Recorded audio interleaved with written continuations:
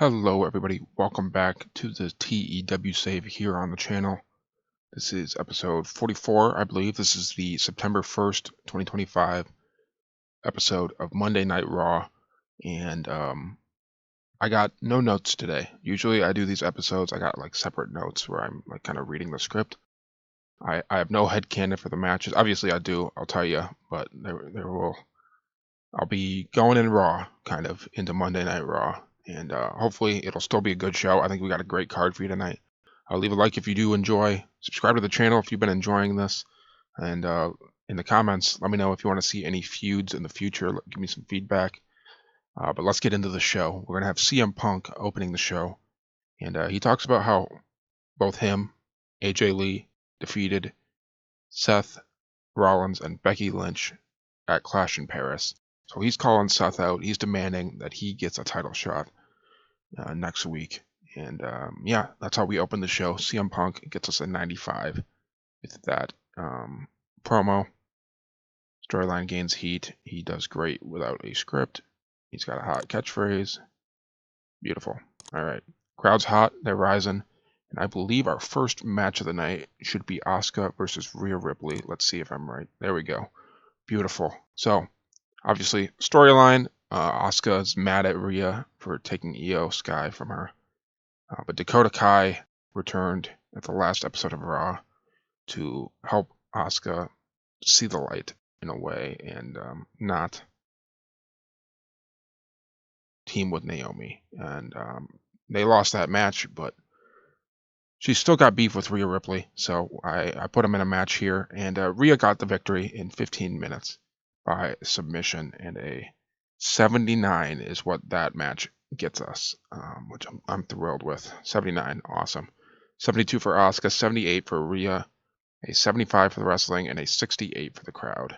And after that match, Damage Control come out to support Asuka, even though she lost.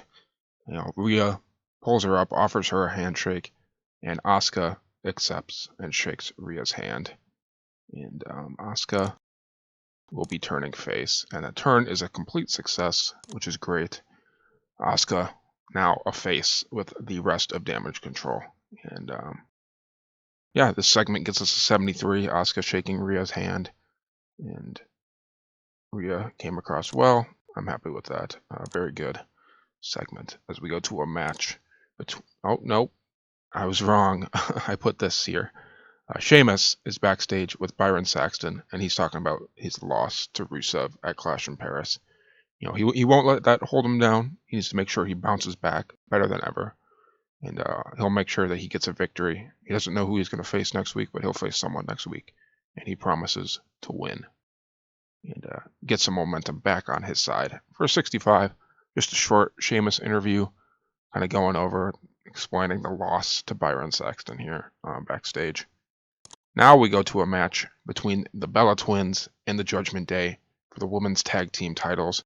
And oh boy, 44. The Judgment Day defeat the Bella Twins in 10 minutes when Roxanne Perez pins Brie Bella with a Code Rock following interference from Blair Davenport. So yeah, I had Blair Davenport interfere just because I did want to keep Nikki Bella strong. And yeah, 44 for Brie, 55 for Nikki, 47 for Roxanne, and 51 for Raquel. Blair Davenport has debuted a neophyte gimmick, which I will explain eventually. We'll go into more into Blair Davenport's gimmick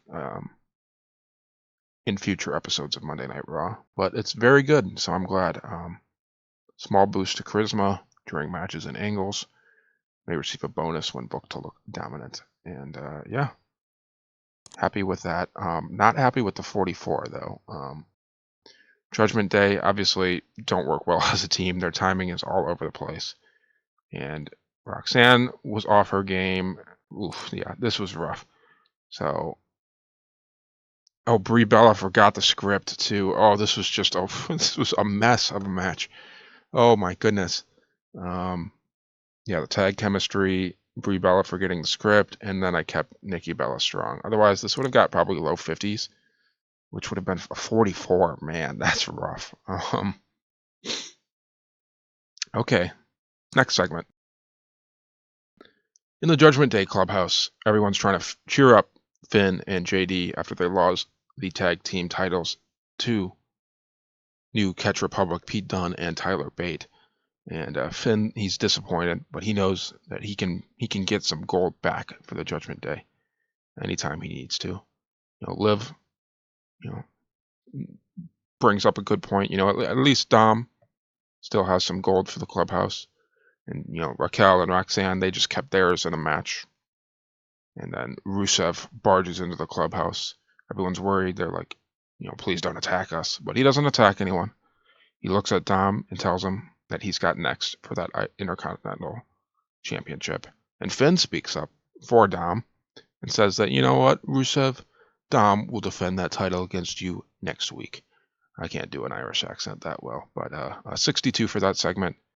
And yeah.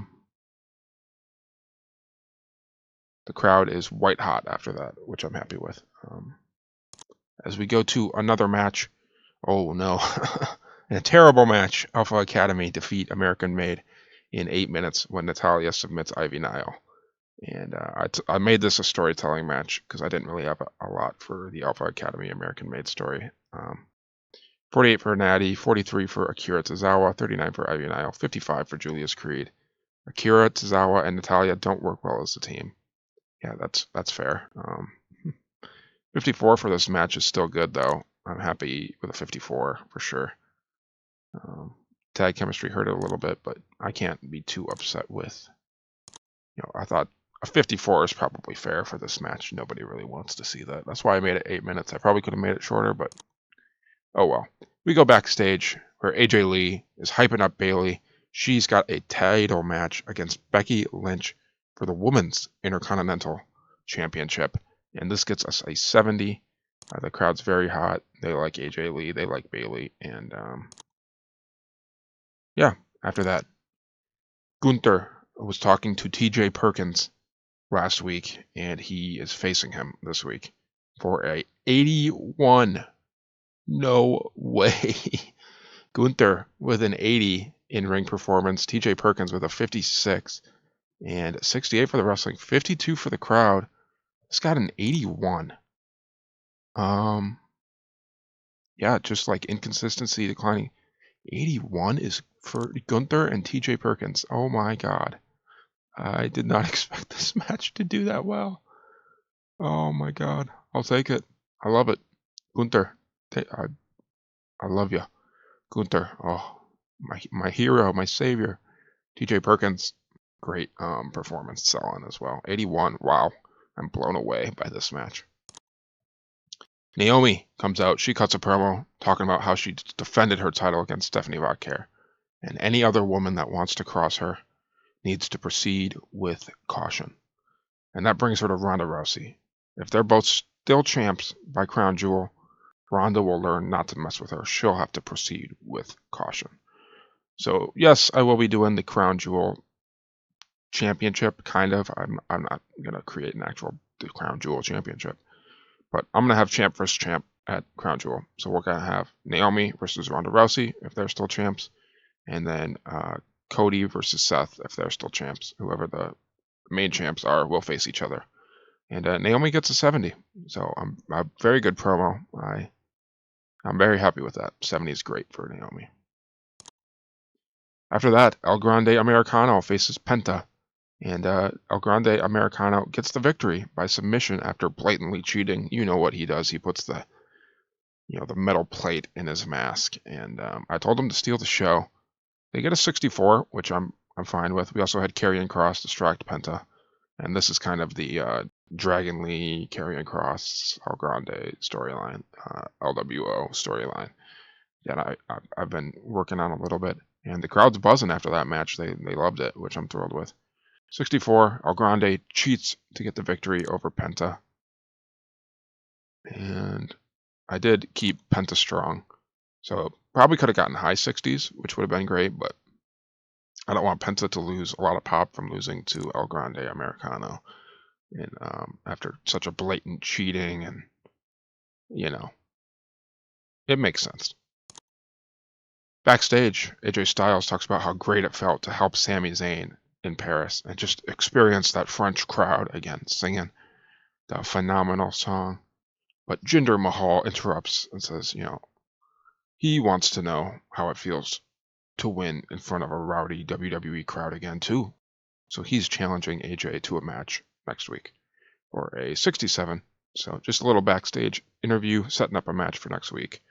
And after that, Jey Uso is facing Bronson Reed.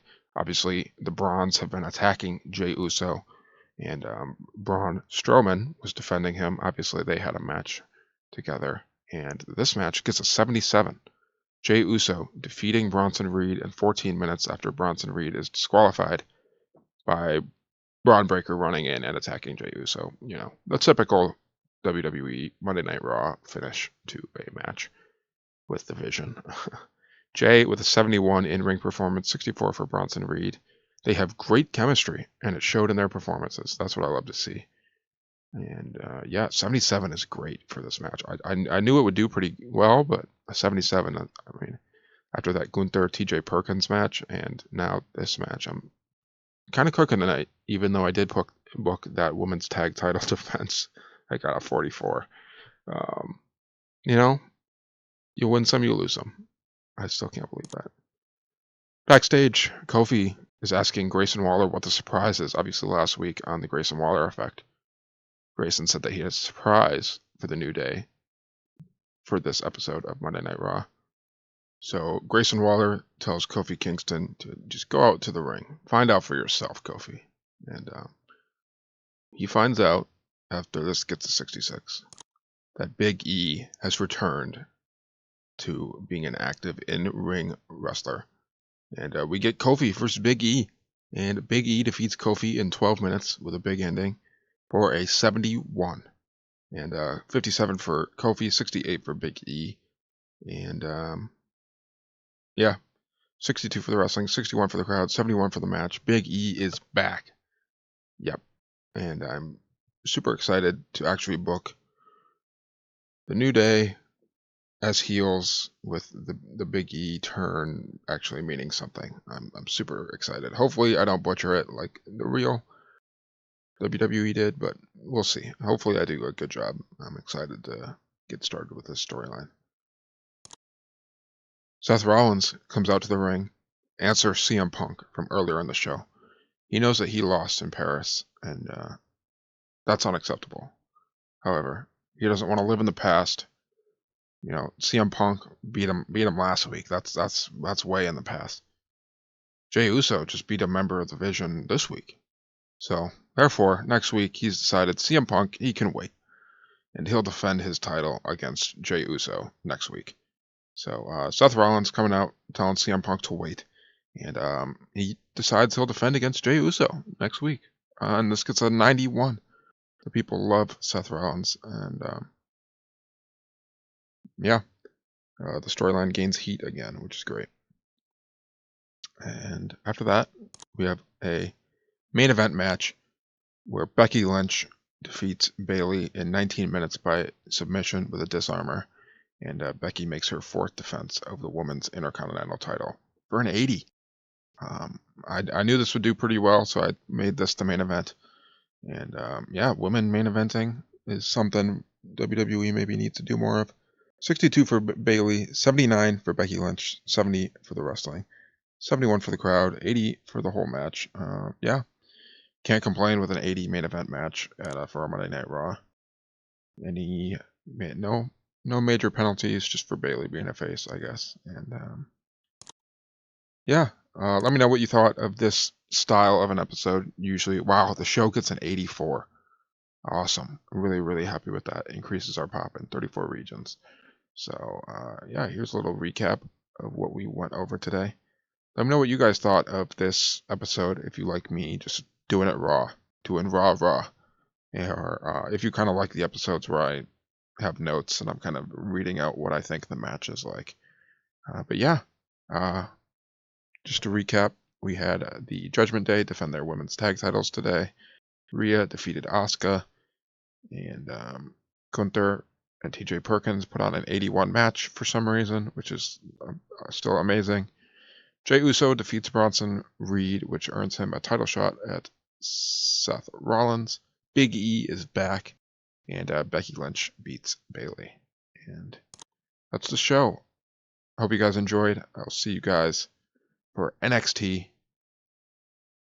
Goodbye.